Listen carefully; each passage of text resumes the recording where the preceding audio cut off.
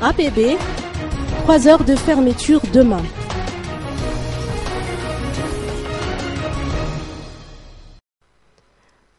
À la suite du braquage dont a été victime l'agence de l'Access Bank Madagascar située à Ndjahar, en plein centre-ville à Antananarivo, la capitale malgache, toutes les agences de banque sur tout le territoire de Madagascar fermeront leurs portes mardi jusqu'à 11 heures pour marquer leur solidarité et protester contre l'insécurité ambiante qui nuit à l'exercice de leur profession, peut-on lire depuis ce week-end sur des affiches apposées auprès de certaines agences de la banque.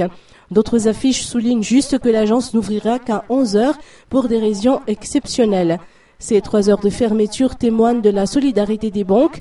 Il s'agit également d'une interpellation à l'endroit des responsables de la sécurité du pays afin que ces derniers prennent des mesures permettant de protéger les avoirs de la clientèle des banques et restaurer un contexte propice à un fonctionnement serein de la profession. Aujourd'hui, une longue file a été constatée devant les différentes agences d'une part, en raison du long week-end qui coïncidait justement avant la fin du mois et aussi en prévision de la fermeture de la banque prévue pour demain matin.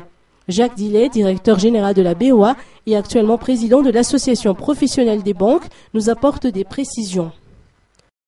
Vous pouvez aller dans n'importe quel pays, vous n'allez jamais éviter tous les braquages de banque, c'est évident. Hein. S'il y avait un braquage tous les 2 ans, on dirait rien. Peut-être même s'il y en avait un par an, on dirait rien. Mais là, vous savez, il y a 190 agences bancaires à Madagascar.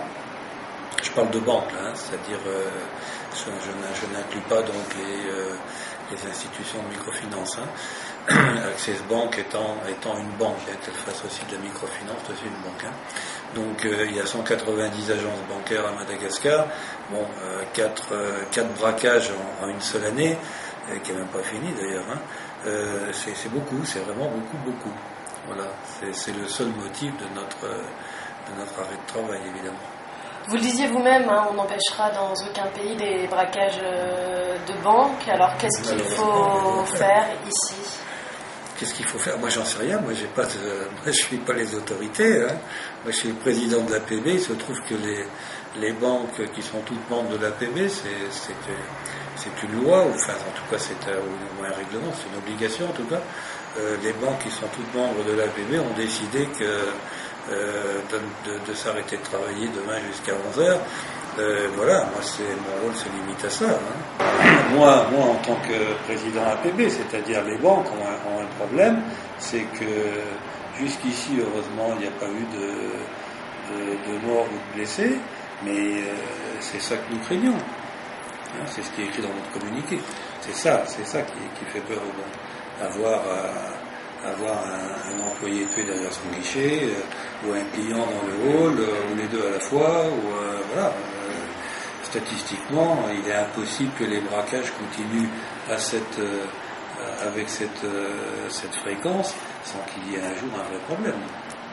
Merci. Moi, j'aurais aimé savoir si vous avez un montant estimatif des sommes qui ont été dérobées au cours de ces 8 braquages qui ont été répertoriés ces dernières années. Non, j'ai pas de... Ça pourrait se savoir, hein, il suffirait de le reconstituer. Mais vous savez, notre problème, c'est vrai, dans notre communiqué, on parle des préjudices, etc.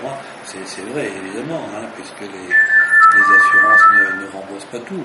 Mais le vrai problème pour nous, c'est pas ça. Le vrai problème, c'est celui que je viens de vous dire. Hein, c'est l'employé qui était parti à son travail. Et qui en ressort entre 4 planches. Voilà, c'est ça le problème. Jacques Rassamson, directeur général adjoint de la BOA, a précisé quant à lui que cette disposition a pour objectif d'éviter les dégâts collatéraux.